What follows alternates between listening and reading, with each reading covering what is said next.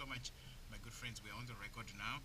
So we're going to start with the brain, but as you could see, this is a nice looking brain. We got the dura mater still on there, and then once we remove it, we'll be able to see all these cranial septors, folds. Okay, that cradles. This one is the toughest, the tentorium cerebelli. That's going to cradle the cerebrum from the cerebellum. You see what I'm saying? So it's almost like a bra cupping, the breasts. And so it's very tough.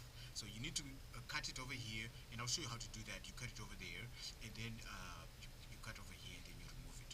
Okay, but for now, we're gonna just sort of identify the external structures that we can prior to removing the dura mater while the brain is still intact. Okay, as you could see some of the grooves and the bumps and stuff like that. You'll be able to see it better once we remove the dura mater. By the way, the three main inks would be the dura mater on the outside. Then what else? Second, the substance A that looks like a spider's web.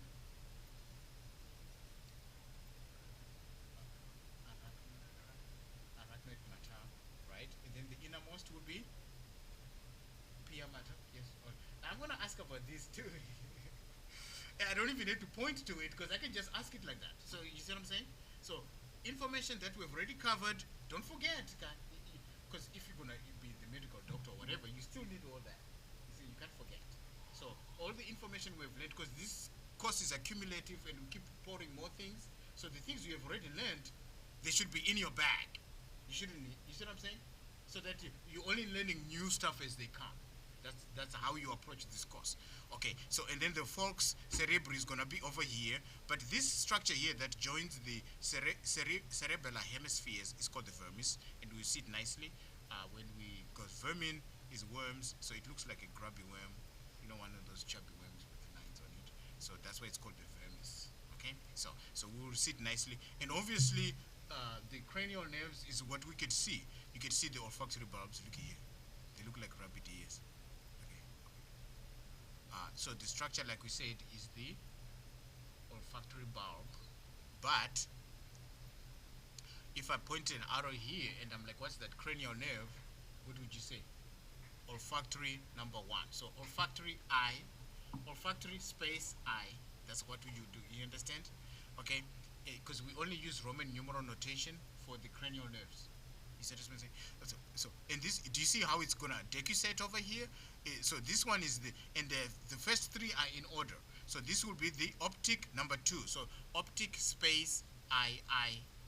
Okay, you see. So that's how you do it. Even if it's lowercase, it's still okay. As long as you type in the I for 2, that's okay. Okay. So optic, and then this is the oculomotor number 3. The stamp on the front. Oculomotor number 3. So oculomotor space I. Okay. All right, my good friends. So like the first 3 are in order. Okay. Then we jump here. So the trigeminal, the trochlea, and so forth will be here and stuff. But obviously, you see, they get cut off. Okay. But this big stump here would be the trigeminal number 5. Trigeminal number 5. So trigeminal space V for Roman numeral notation, right? V. So you type a V. Okay. So trigeminal number 5, which is a V. Okay. Roman numeral notation.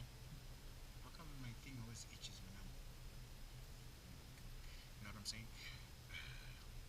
And then, like I said, they always cut this off because they're not removing the brains, so we could use it for the anatomy lab.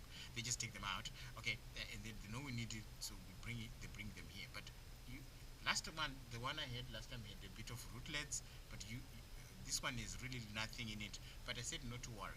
If I point to a part that is just before the medulla tapers into the spinal cord, because there's a spinal cord right here. See what I'm saying? And I say, what's that cranial nerve? Even though there's not really a structure to see, you might be lucky you get to see rootlets. You would say hypoglossal number 12. And then so you would say hypoglossal space XII, Roman numeral notation. Okay, don't be like 12, 1, 2. No, don't do that. Because then you won't get the points, okay? You won't get full points at least. Because you gotta have the Roman numeral notation and the name of the cranial nerve, okay? So you see, these are the only ones that are remaining. The other 12, please look at those diagrams. ultimate position, you understand, or location of those. Okay, my good friend. So you bet I'm gonna pick a few of these because they're there. They're the ones I can pick on. So you wanna learn all of those because you don't know which few I'm gonna pick. You see what I'm saying? So there's that. With that, so that the video is not too long, I'm gonna stop it there. Yeah, my good friend. Yes.